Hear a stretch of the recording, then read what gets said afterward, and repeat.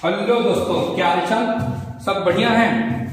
तो अपने जो हम टॉपिक पढ़ रहे थे इलेक्ट्रोमैग्नेटिक थ्योरी के इलेक्ट्रोस्टैटिक चैप्टर में हम एक नया टॉपिक आज शुरू करेंगे जिसका नाम है पोलराइजेशन। ठीक है, इस पोलराइजेशन को पढ़ने के पहले एक छोटा सा टॉपिक है, उसको हम पढ़ते हैं। पहले जैसा हमने सिलेबस में पहले डिस्कस कर दिया था, प्रॉपर्टीज ऑफ कंडक्टर। ठीक है, कंडक्टर की प्रॉपर्टी को स्टडी करते हैं। पहला क्या होगा, से अगर आपके पास कोई, ये हमारे पास एक कंडक्टर है, ठीक है, तो पहले तो ध्यान रखें कि चूंकि जितने भी आपके कंडक्टर के जो चार्जेस होते हैं, सारे के सारे चार्जेस आपके कहां प्रेजेंट होते हैं भैया? सरफेस पे प्रेजेंट होते हैं। इसलिए inside the electric field, inside the conductor आपकी जो इलेक्ट्रिक फील्ड होती है वो जीरो होगी। ध्यान रखेंगे, इनसाइड द कंडक्टर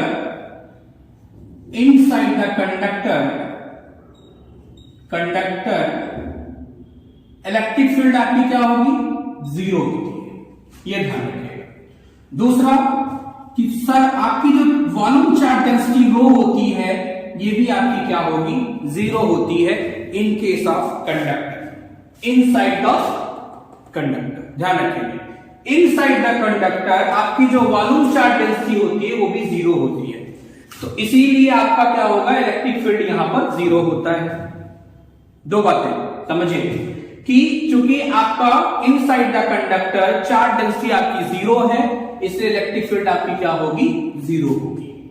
तीसरी बात समझिए, तीसरी प्रॉपर्टी क्या है कि अगर कोई चार्ज आपका Q आकर के आपके इस कंडक्टर पे आता है, इंसिडेंट करेगा, तो जितने चार्जेस आपके ये जो Q चार्ज होगा ये कहां पर आएगा? आपका सरफेस पे ही रिसाइड होगा, इनसाइड नहीं। सारे के सारे चार्जेस कहां प्रेजेंट होंगे? सरफेस पे ही रहेंगे। चौथी नंबर प्रॉपर्टी देखिए कि अगर आप बात करो कि कंडक्टर के inside the conductor electric potential आपका ऑलवेज कांस्टेंट होगा। ठीक है ना, इनसाइड द कंडक्टर आपका जो इलेक्ट्रिक पोटेंशियल है ये क्या होगा? कांस्टेंट होगा। That means potential difference at between two points आपका ऑलवेज क्या हो जाएगा? जीरो होगा। ध्यान रखेंगे। ठीक है, इनसाइड द कंडक्टर आपका इलेक्ट्रिक पोटेंशियल कांस्टेंट होगा, इसलिए पोटेंशियल डिफरेंस आपका क्या होता है भैया? जीरो होता है। ये कंडक्टर के केस में। ठीक है, पांचवी प्रॉपर्टी ध्यान रखें कि अगर आपको कंडक्टर इलेक्ट्रिक फील्ड की डायरेक्शन अगर बतानी है इन केस ऑफ कंडक्टर, तो चूंकि आपकी जो इलेक्ट्रिक फील्ड होती है ये ऑलवेज आपके सरफेस के परपेंडिकुलर होगी। ठीक है, ये पांच प्रॉपर्टी इंपॉर्टेंट प्रॉपर्टीज हैं, ये आप ध्यान रखेंगे कंडक्टर केस में। पहला, inside the conductor charge density zero होगी, इसलिए आपकी इलेक्ट्रिक फील्ड जीरो होती है। दूसरा आपका, ये तीसरे नंबर प्रॉपर्टी, पहला तो यही है कि आपका चार्ज डेंसिटी जीरो तो इलेक्ट्रिक फील्ड जीरो, दो प्रॉपर्टी ये हो गई। तीसरी प्रॉपर्टी आपकी हो गई कि जितने भी चार्जेस आपके होते हैं सब कहां रिसाइड्स करेंगे? सरफेस पर। ठीक है, चौथी प्रॉपर्टी है कि इनसाइड द कंडक्टर आपका जो पोटेंशियल होता है वो कांस्टेंट होगा। इसका मतलब क्या हो गया कि पोटेंशियल डिफरेंस आपका क्या होता है? जीरो होगा। ठीक है, अगली प्रॉपर्टी अगर हम पांचवें नंबर की प्रॉपर्टी देखें तो आपकी जो आपकी इलेक्ट्रिक फील्ड की डायरेक्शन होती है वो हमेशा क्या हो जाएगी? आपके सरफेस के परपेंडिकुलर होगी। ठीक है, ये प्रॉपर्टी आप ध्यान रखेंगे। ठीक है, इसके बाद हम बात करते हैं एक नए मटेरियल की जिसको हम डाइलेक्ट्रिक कहते हैं। पोलराइजेशन पढ़ने के पहले हमें डाइलेक्ट्रिक पता होना बहुत जरूरी होता है। ठीक है, डाइलेक्ट्रिक मटेरियल,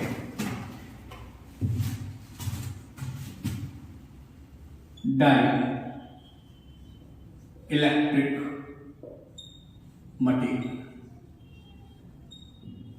डाइलेक्ट्रिक मटेरियल। ठीक है, ये डाइलेक्ट्रिक मटेरियल्स कैसे मटेरियल्स होते हैं? ये आपके ऐसे नॉन कंडक्टिंग सब्सटेंस होते हैं जिनको आप इलेक्ट्रिक फील्ड में जब रखते हैं, इन आउटसाइड जब इनको इलेक्ट्रिक फील्ड आप रखते हैं तो ये आपके पोलराइज हो जाते हैं। ध्यान से समझिए, डाइलेक्ट्रिक मटेरियल्स क्या होते हैं? ऐसे आपके नॉन कंडक्टिंग मटेरियल्स होते हैं जिनको आप इलेक्ट्रिक फील्ड में रखते हैं तो ये आपके क्या हो जाते हैं भैया, पोलराइज्ड हो जाते हैं। पोलराइजेशन क्या है, इसकी चर्चा अभी हम आपसे आगे करते हैं, लेकिन अभी आप समझिए कि आपके जो डाइलेक्ट्रिक मटेरियल्स होते हैं ये क्या हो जाएंगे भैया, पोलराइज हो जाते हैं।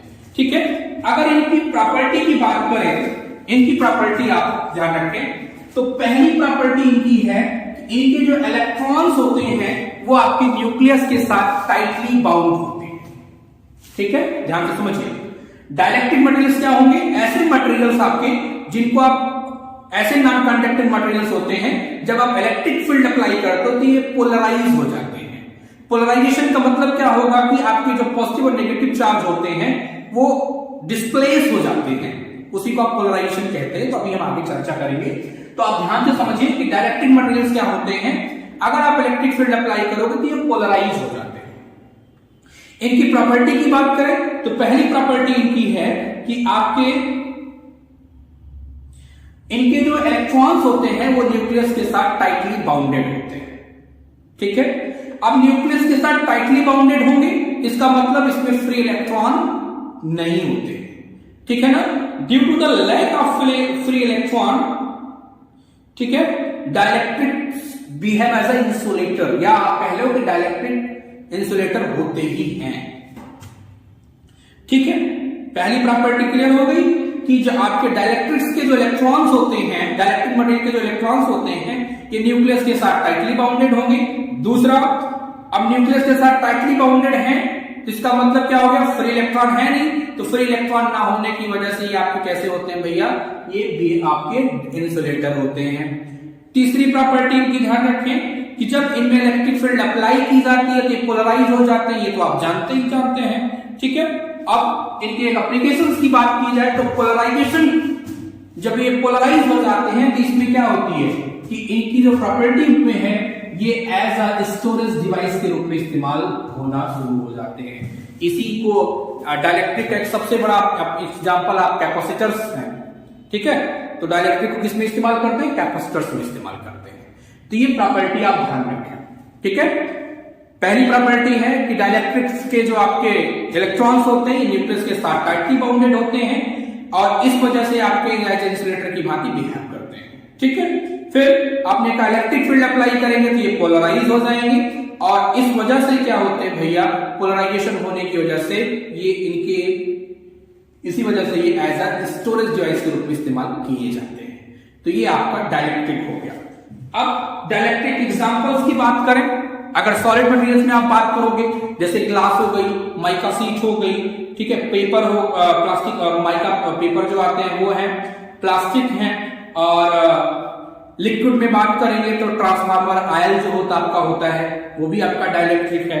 ठीक है, एयर आपकी हो गई और नाइट्रोजन गैस आपकी हो गई, हीलियम गैस हो गई, ये सारे के सारे डाइलेक्ट्रिक हैं। ध्यान रखेंगे, एग्जांपल भी ध्यान रखेंगे। ग्लास हो गया, माइका पेपर हो गया, आपका प्लास्टिक हो गई। ठीक है, आपका अगर लिक्विड में बात करें तो ट्रांसफार्मर आयल आपका जो होता है, ठीक है, वो आपका डाइलेक्ट्रिक होता है। फिर आपका एयर हो गई, नाइट्रोजन हो गया, हीलियम हो गया, सारे के सारे डाइलेक्ट्रिक की भांति बिहेव करते हैं, सारे के सारे डाइलेक्ट्रिक होते हैं। ठीक है ना, क्लियर? तो ये आपके डाइलेक्ट्रिक हो गए। अब हम बात करेंगे आपके पोलराइजेशन से। ठीक है, पोलराइजेशन होता क्या है पहले ये समझ लेते हैं, फिर आपकी बात करते हैं।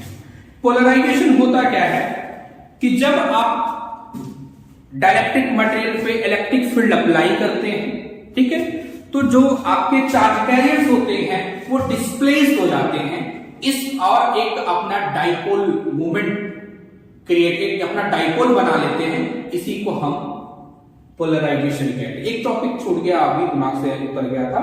अगर टाइप ऑफ डाइलेक्ट्रिक मटेरियल की बात करें तो ये दो प्रकार के होते हैं, एक आपका पोलर होता है, दूसरा नॉन पोलर होता है। ठीक है, पोलर कौन होगा, जिसके पास अपना परमानेंट डाइपोल मोमेंट होगा वो पोलर कहा जाएगा, और जिसके पास डाइपोल मोमेंट नहीं होता है वो नॉन पोलर मॉलिक्यूल कहे जाएंगे। ये ध्यान रखेंगे, डाइलेक्ट्रिक के केस में होता है। ठीक है, ये भी छूट गया था। तो डाइलेक्ट्रिक आपके दो प्रकार के होंगे, एक पोलर होगा, दूसरा नॉन पोलर होता है।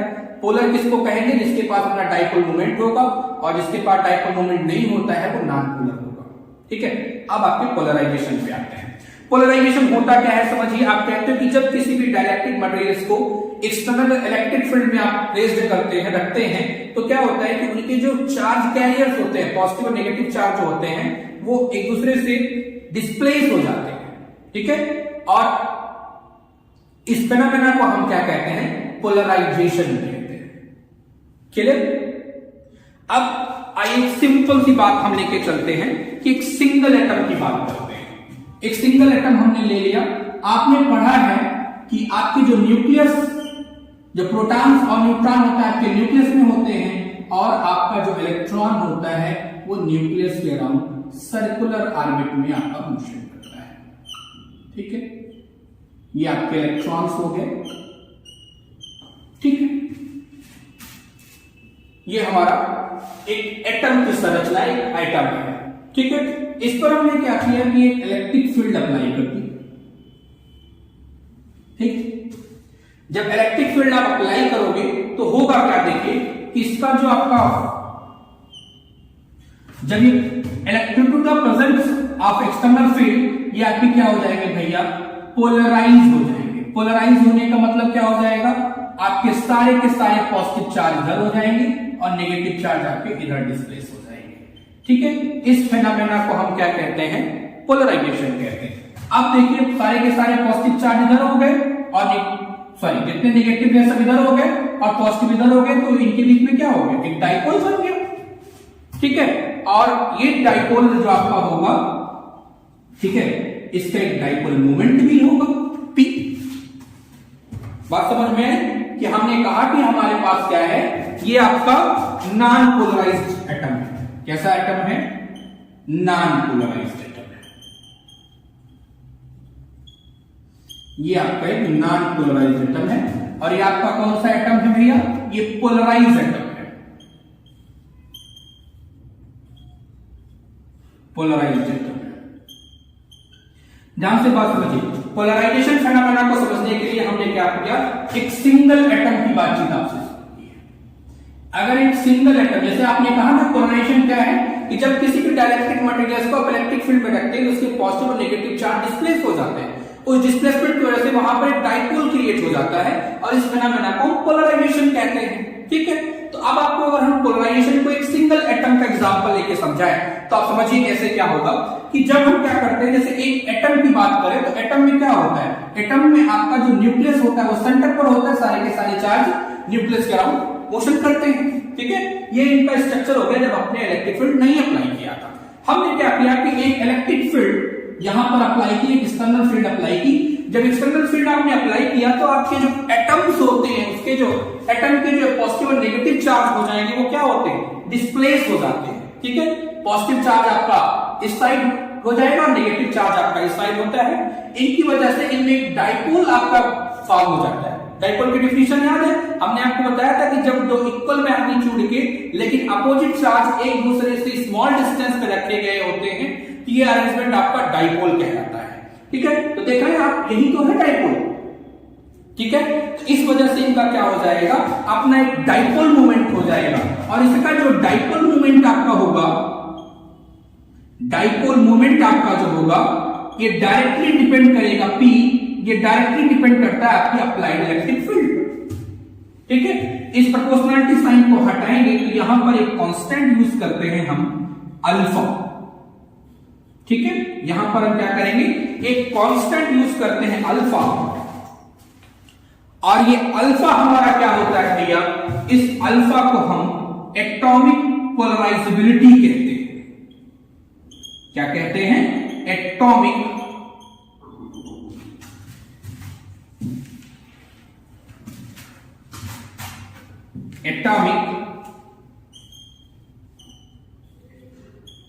पोलराइजेबिलिटी। कुछ लोग यहां जेड भी लिखते हैं, जो भी है यस जेड दोनों लिखे जाते हैं। तो ये अल्फा आपका क्या है भैया, एटॉमिक पोलराइजेबिलिटी होती है। ध्यान से क्लियर बात समझ में आई, ठीक है।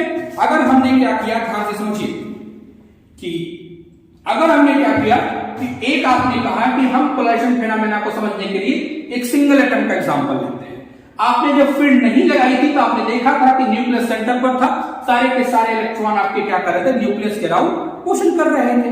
आपने कहा कि हमने जब फील्ड अप्लाई की जब फील्ड अप्लाई किया तो आपने ऑब्जर्व क्या किया कि पॉजिटिव चार्ज वन साइड हो जाते हैं और नेगेटिव चार्ज आपके अदर साइड हो जाते हैं। ठीक है, तो यहां पर एक डाइपोल का फॉर्मेशन हो जाता है और इस फेनोमेना को आप क्या कहते हैं, पोलराइजेशन कहते हैं। ठीक है ना।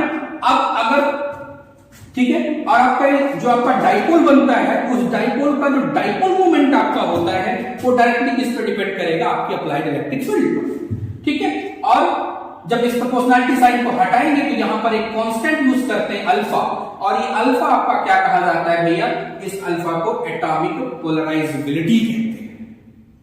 ठीक है, अब यही अगर इलेक्ट्रिक फील्ड को हम अपोजिट डायरेक्शन में लगा दें, जो फील्ड की डायरेक्शन ये है, अगर ये फील्ड आपकी अपोजिट डायरेक्शन में हो जाएगी तो क्या हो जाएगा, अगर ये फील्ड अपोजिट डायरेक्शन में हो जाएंगे, जितने पॉजिटिव चार्ज होंगे सब इधर हो जाएंगे और नेगेटिव चार्ज सारे के सारे क्या हो जाएंगे, डायरेक्शन बदल जाएंगे। ठीक है, ये किस पे डिपेंड करेगा, आपके इलेक्ट्रिक फील्ड की डायरेक्शन। ठीक है, ये ध्यान रखिएगा। अब इसके बाद हम आपसे बात करते हैं कि अगर आपके पास कोई, हमने एक मटेरियल आपके पास है, तो एक एटम की बात की थी ना, सिंगल एटम की। अब अगर आपके पास कोई डायरेक्ट मटेरियल हम दे दें, उस मटेरियल को आप इलेक्ट्रिक फील्ड में प्लेस करेंगे तो क्या होगा, तो हम ऑब्जर्व करते हैं कि आपकी जो पोलराइजेशन होता है फिर दो प्रकार का होता है। पहला पोलराइजेशन क्या होता है, पहला पोलराइजेशन आपका यूनिफॉर्म पोलराइजेशन होता है। पहला पोलराइजेशन आपका क्या होता है, यूनिफॉर्म पोलराइजेशन। ठीक है, और दूसरा आपका होता है भैया non uniform, non uniform polarization. ठीक है, ध्यान रखेंगे जब किसी भी डाइलेक्ट्रिक, वो तो आपका एक एटम की केस थी, लेकिन अगर किसी भी डाइलेक्ट्रिक मटेरियल को आप इलेक्ट्रिक फील्ड में रखेंगे तो आपका पोलराइजेशन दो प्रकार का होता है। पहला क्या होगा, यूनिफॉर्म पोलराइजेशन, और दूसरा आपका होता है नॉन यूनिफॉर्म पोलराइजेशन। तो आइए पहले हम पढ़ते हैं यूनिफॉर्म पोलराइजेशन क्या होता है। पहले आपका हम दूसरा जो पहला आपका पोलराइजेशन होगा वो हम क्या पढ़ेंगे, नॉन यूनिफॉर्म पोलराइजेशन। क्या होता है नॉन यूनिफॉर्म पोलराइजेशन, आइए बातचीत करते हैं। ठीक है, आपको हमने एक प्लेन शीट देखी, ये डाइलेक्ट्रिक मटेरियल की बनी हुई एक शीट है।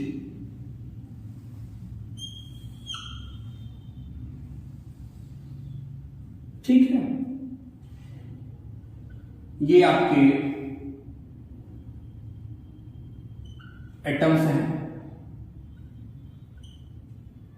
से एन एटम से मिलकर ये आपकी शीट बनी हुई है।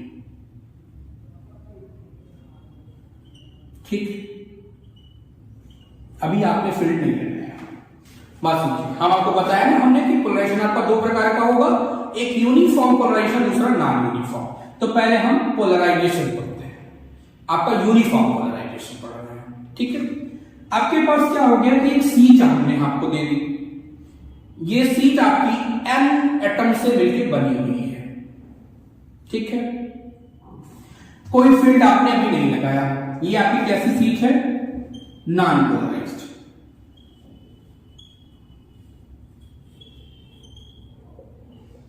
Non polarized sheet. ठीक है, अब हमने क्या किया कि एक इलेक्ट्रिक फील्ड यहां पर लगाया।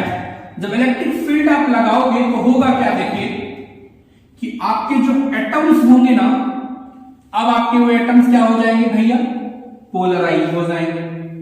पोलराइज होने का मतलब क्या हो जाएगा, ये आपके एटम्स थे,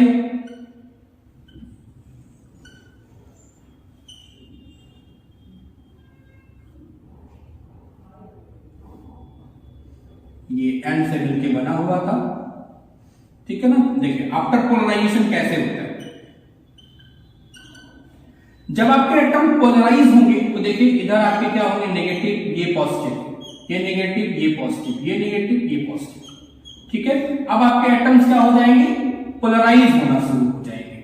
जब आपके एटम्स पोलराइज हो जाएंगे तो आपके कितने पॉजिटिव चार्ज हैं सब एक तरफ हो जाएंगे और सारे नेगेटिव चार्ज क्या हो जाएंगे, एक तरफ हो जाएंगे। तो अब इस प्रकार का जो पोलराइजेशन होता है वो यूनिफॉर्म पोलराइजेशन होता है। इसको हम क्या कहेंगे? पोलराइज्ड। ये आपकी कैसी है भैया? पोलराइज्ड। ये नॉन पोलराइज थी, ये आपकी पोलराइज है। अब क्यों इसको यूनिफॉर्म कह रहे हैं, देखिए समझिए, ठीक है? क्यों हम यूनिफॉर्म कह रहे हैं? पहले तो अब इसका पहले डाइपोल मोमेंट निकाल लेते हैं, फिर बाकी बात जाते हैं, ठीक है? अब यहां पर देखिए, वहां पर सिंगल एटम था तो आपने उसका डाइपोल मोमेंट निकाल लिया था, लेकिन यहां पर आपको पूरी हमने एक शीट दी है, तो आप क्या करोगे? यहां पर जो डाइपोल निकलेगा ना आपका, ये डाइपोल क्या हो जाएगा भैया? ये आपका कहा जाएगा डाइपोल पर यूनिट वॉल्यूम। ये डाइपोल क्या कहा जाएगा? डाइपोल पर यूनिट वॉल्यूम, ठीक है? अब देखिए इसको यूनिफॉर्म कैसे कहते हैं, ठीक है?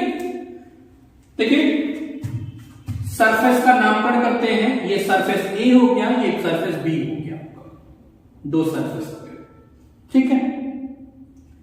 देखिए यहां पर जो चार्जेस आपके प्रेजेंट थे उनको हमने क्या नाम दे दिया?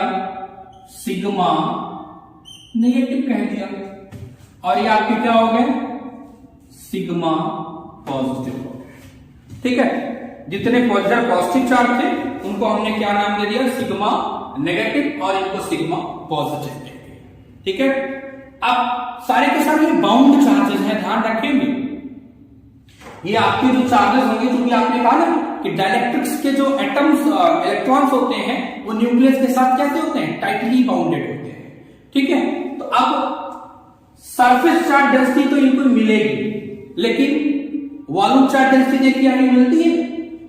पॉजिटिव नेगेटिव कैंसिल हो गए, पॉजिटिव नेगेटिव क्या हो गए? कैंसिल हो गए, पॉजिटिव नेगेटिव आपके क्या हो गए? कैंसिल हो गए, ठीक है? यहां पे देखिए पॉजिटिव नेगेटिव कैंसिल आउट हो गया, पॉजिटिव नेगेटिव कैंसिल आउट हो गया, पॉजिटिव नेगेटिव कैंसिल आउट हो जाएगा।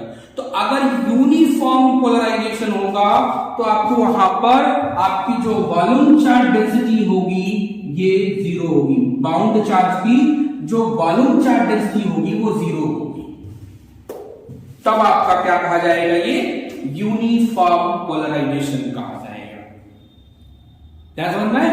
तो अगर आपसे कोई पूछे यूनिफॉर्म पोलराइजेशन में क्या होगा, तो आप कहेंगे कि यूनिफॉर्म पोलराइजेशन आपका जो बाउंड चार्ज की जो वॉल्यूम चार्ज डेंसिटी होती है वो जीरो होगी, और आपके बाउंड चार्ज की जो सरफेस चार्ज डेंसिटी होती है जीरो नहीं, ठीक है? अगर इस प्रकार का यूनिफॉर्म आपका ये पोलराइजेशन है, कि पोलराइजेशन क्या कहा जाता है? यूनिफॉर्म पोलराइजेशन कहा जाता है। बात समझ पा रहे हैं ना?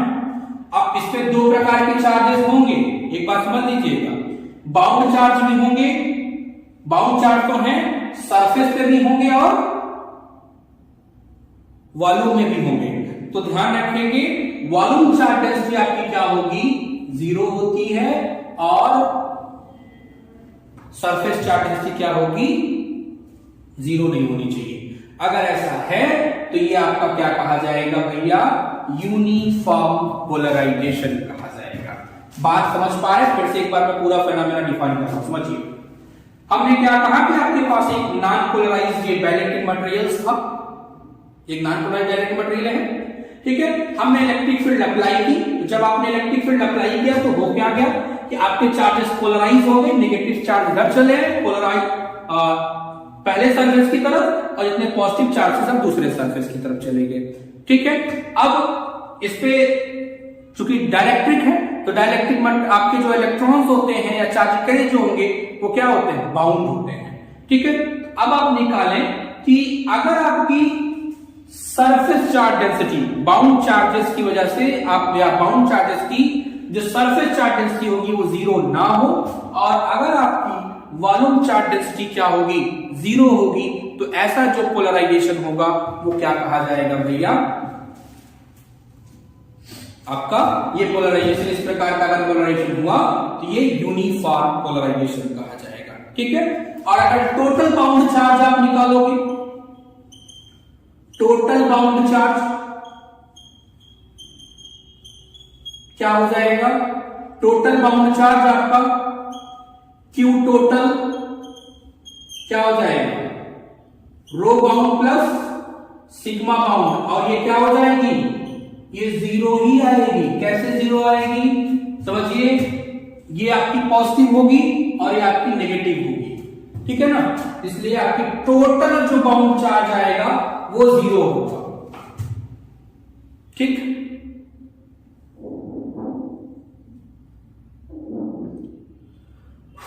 और अगर आपसे कोई पूछता है कि बाउंड चार्ज कैलकुलेट करिए, तो देखिए कैसे कैलकुलेट करेंगे।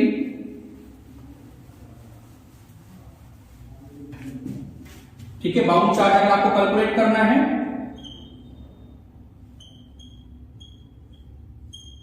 ये किसकी वजह से है, एक सेकेंड, एक मिनट रुक जाइए, उधर चलते हैं तो ठीक है। वो भी है तो सही, लेकिन थोड़ा सा रुक जाइएगा। अगर आप बात करोगे क्यू वॉल्यूम चार्ज डेंसिटी किस, जो बाउंड चार्ज होंगे वो आपके बराबर होंगे रो डी टाउ के, ठीक है। और आपका सरफेस चार्ज डेंसिटी पे जो बाउंड चार्जेस होंगे वो कितने होंगे, उनको आप कैलकुलेट करेंगे तो सिग्मा डी, ठीक है। ये बराबर आपका कितना हो जाएगा, सिग्मा प्लस बाउंड आपका प्लस क्या हो जाएगा, सिग्मा माइनस बाउंड, ठीक है। और ये क्या हो जाएगा, जीरो ही आएगा ये, ठीक है। तो ध्यान रखेंगे, आप अगर आपसे पूछा जाए total bound charge, total bound charge, तो टोटल बाउंड चार्ज आपका हो जाएगा क्यू बाउंड, ये बराबर किसके हो जाएगा, Q rho bound plus Q sigma bound, और ये किसके बराबर आएगा, जीरो। ये ध्यान रखिएगा, ठीक है।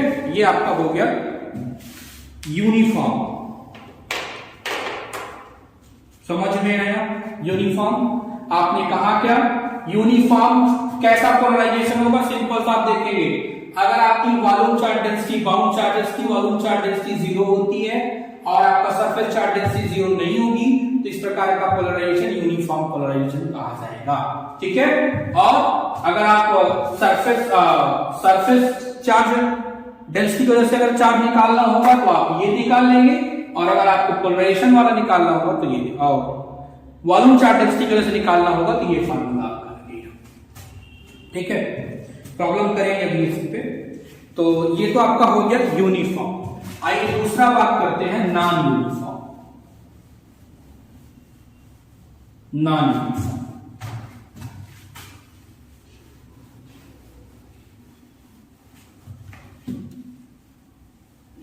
नॉन यूनिफॉर्म की बात करते हैं। हमने क्या किया कि एक स्फीयर ले लिया, ये आपकी कैसा है, ये नॉन यूनिफॉर्म है, नॉन यूनिफॉर्म, ठीक है। एक स्फीयर हमने ले लिया,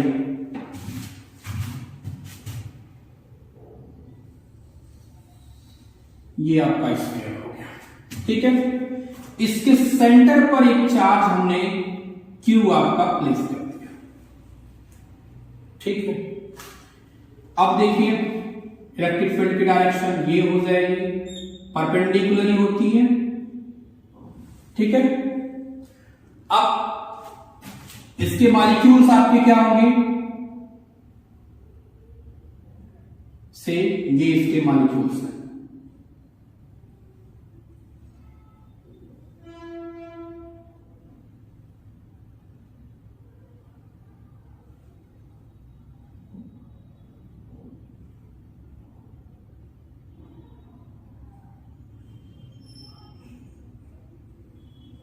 ठीक है। ये मॉलिक्यूल का डिस्ट्रीब्यूशन है इस पे। ये एक हमने क्या किया, हमने कहा हम एक डाइलेक्ट्रिक स्फीयर ले गए, ठीक है, जिसका रेडियस मान लेते हैं कैपिटल आर, चलिए ये मतलब तो है नहीं हम फिलहाल उससे, लेकिन हमें क्या पढ़ना है, नॉन यूनिफॉर्म पोलराइजेशन।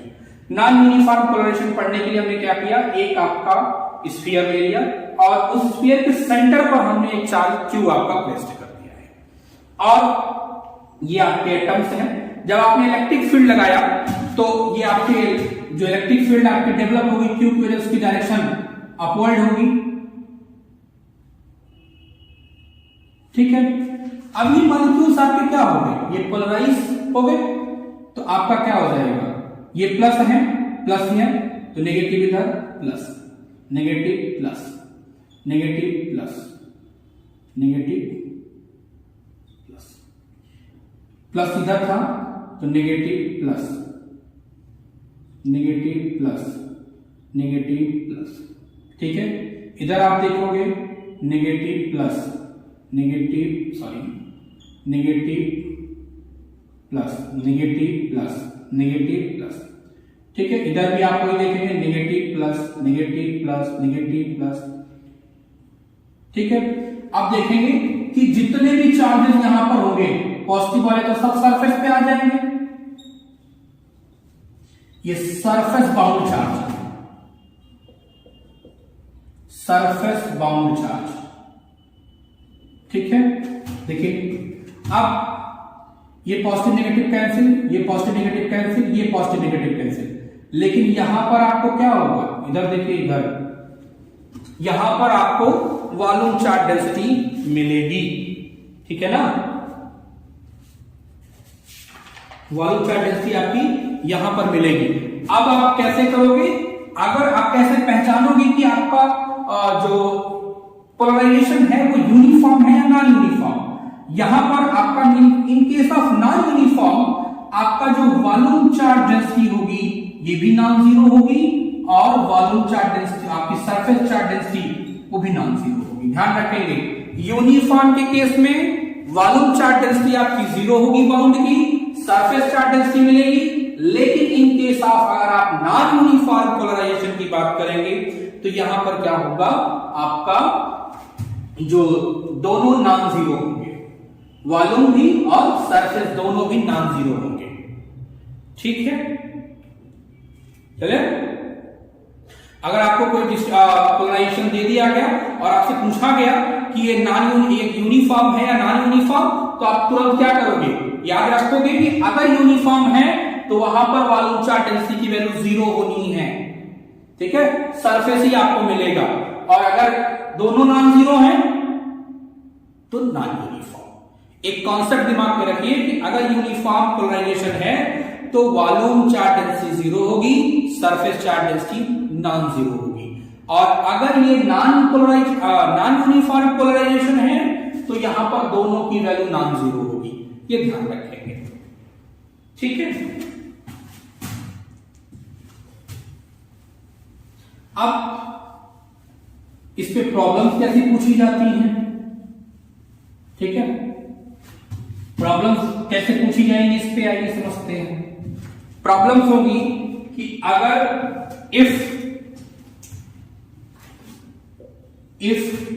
P मतलब dipole moment per unit volume is given,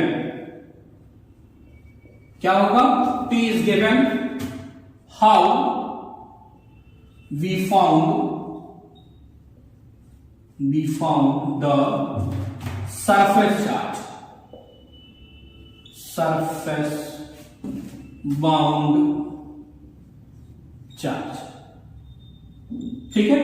अगर आपको क्या दिया गया होगा भैया, डाइपोल अगर आपको दिया जाए, ठीक है, और आपसे पूछा जाए सरफेस चार्ज फाइंड करने का, तो आप क्या करेंगे, सिग्मा बाउंड ये बराबर होगा आपके P और N, ठीक है। N क्या होगा यहां पर, यह आपका होगा, N आपका होगा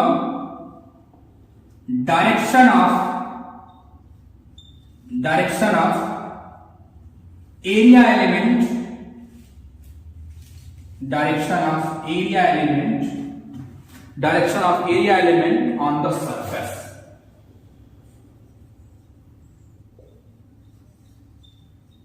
ठीक है। ध्यान रखेंगे कि अगर आपको क्या दिया गया भैया, अगर आपको P गिवन है मतलब P मतलब पोलराइजेशन पर यूनिट वॉल्यूम अगर आपको गिवन है और आपसे पूछा जाता है कि आप बाउंड चार्ज बता दीजिए, तो आप कैसे निकालेंगे?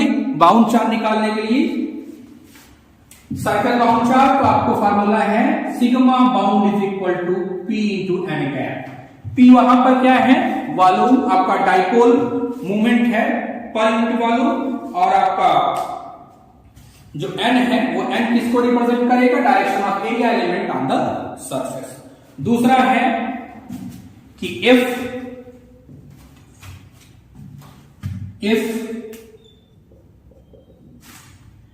P is given, P that means dipole moment is given, how we find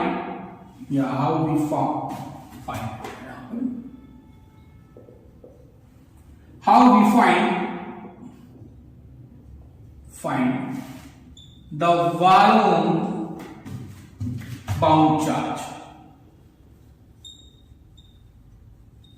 ठीक है, तो ये कैसे निकलेगा? रो बाउंड ये बराबर होगा डाइवर्जेंस ऑफ P की, किसके? डाइवर्जेंस ऑफ P के बराबर होगा।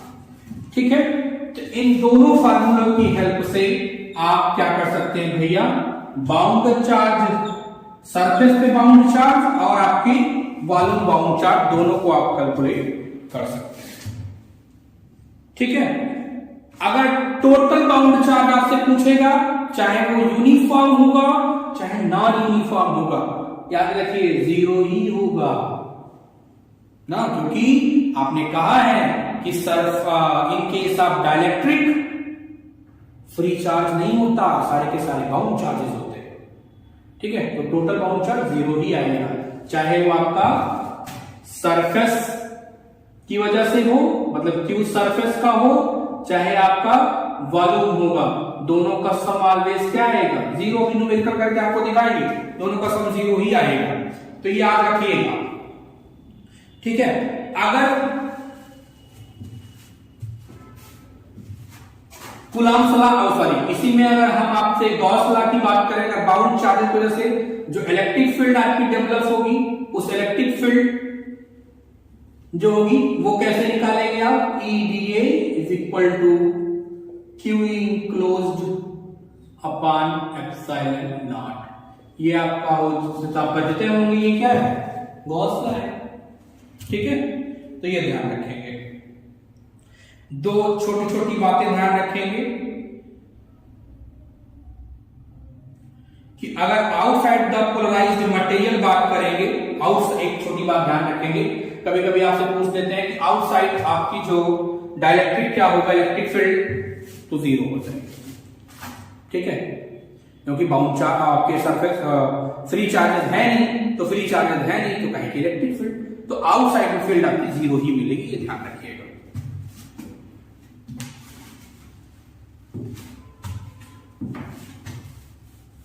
ठीक है भैया, ये आपका पोलराइजेशन हो गया।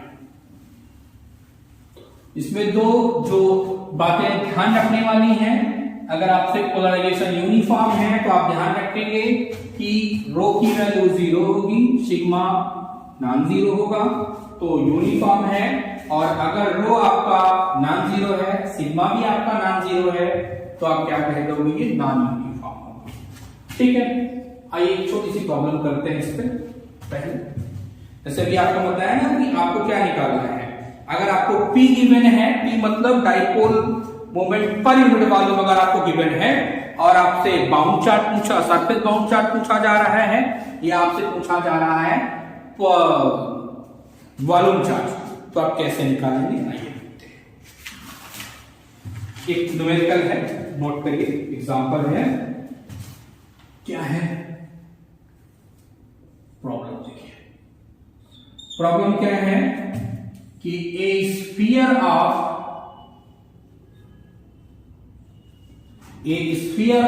Radius R carries a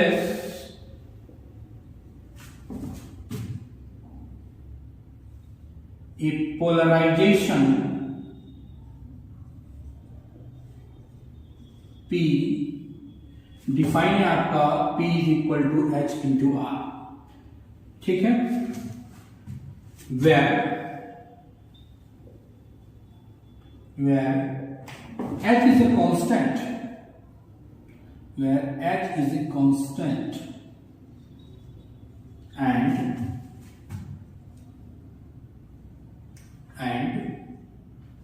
r is the vector from center.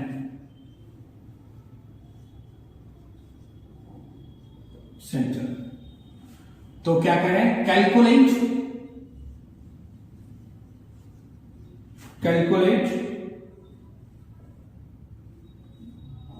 Bound charge, ठीक है, क्या क्या, सिग्मा बी, रो बी, ठीक है, सिग्मा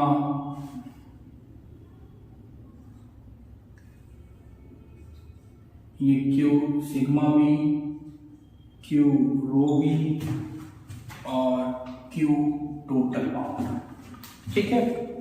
आपसे कह रहे हैं कि अगर आर आपको क्या दिया गया है कि डाइपोल पर यूनिट वॉल्यूम आपको ये दिया है, कह रहे हैं कि एक आपके पास एक स्फीयर है जिसका रेडियस कितना है, कैपिटल आर है, और उसका पोलराइजेशन ये आपको डाइपोल दिया गया है, dipole moment per unit volume, जहां पर h आपका कांस्टेंट है और r आपका क्या है, r is the vector from centre है।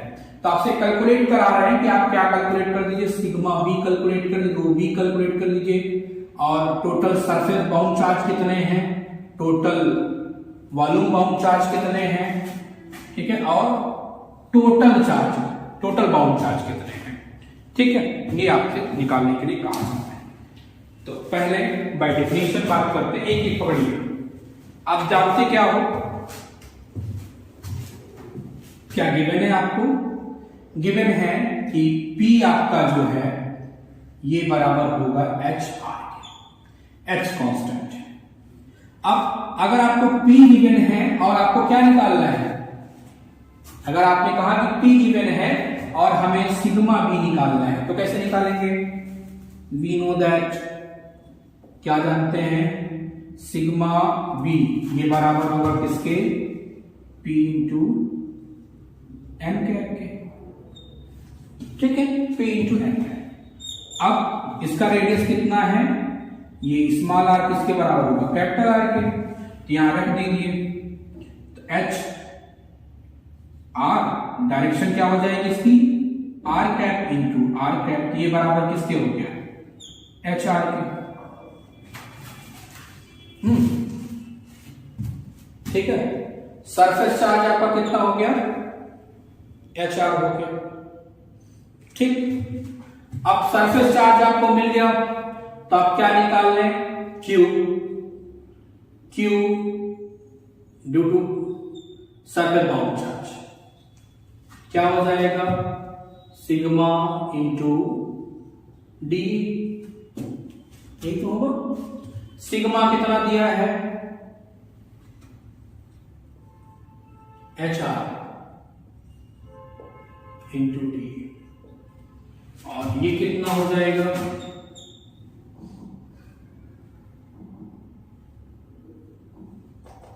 ये आपका एच आर और स्फीयर है, इसका surface area 4 pi R square, ये कितना हो गया 4 पाई आर क्यूब, ठीक है। सिग्मा बी आपसे पूछा जा रहा था और क्यू सिग्मा बी पूछा गया, तो आपने सिग्मा बी निकाल लिया, सिग्मा बी कितना है, एच आर के बराबर हो गया, और आपका सिग्मा क्यू बी किसके बराबर हो गया, 4 पाई आर क्यूब के बराबर हो गया, ठीक है। दो निकल गए, तीसरा निकालिए, तीसरा क्या है, वॉल्यूम चार्ज निकालिए, वॉल्यूम बाउंड चार्ज डेंसिटी क्या होगी, फिर आप वॉल्यूम चार्ज निकालेंगे, ठीक है। वॉल्यूम चार्ज डेंसिटी निकालने के लिए आपके पास फॉर्मूला क्या दिया गया है, रो बी डाइवर्जेंस ऑफ पी, ठीक है। क्योंकि स्क्वायर है इस तरह का सिमेट्री लगाइए, तो क्या हो जाएगा 1/r² माइनस, और ये आपका क्या हो जाएगा डेल अपॉन डेल आर, और ये क्या हो जाएगा, P क्या गिवन है, P आपका गिवन है,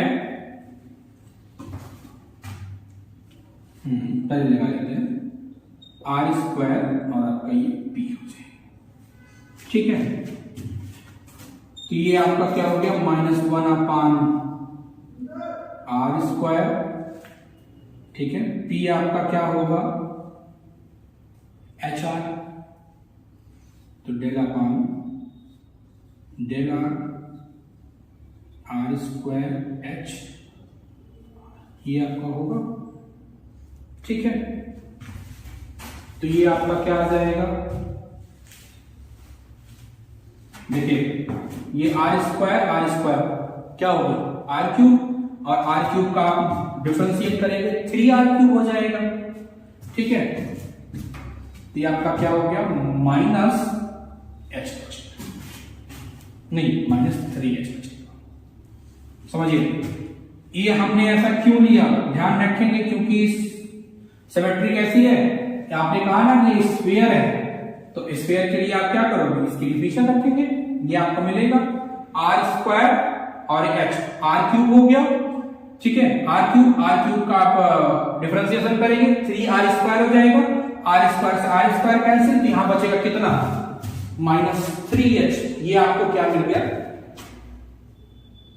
volume charge density due to bound charge, ठीक है। अब आपसे क्या पूछ रहा है, बाउंड चार्ज बता दीजिए, ठीक है। बाउंड चार्ज की डिफिनेशन रखिए, क्या है डिफिनेशन, सिग्मा रो बी बराबर किसके होगा H नहीं, पहले डिफिनेशन रखते हैं, डिफिनेशन क्या होगा रो बी इंटू डीटा, ठीक है। अब इसकी वैल्यू कितनी आ गई 3H रख दीजिए, ये आपका हो गया -3H इंटू डीटा।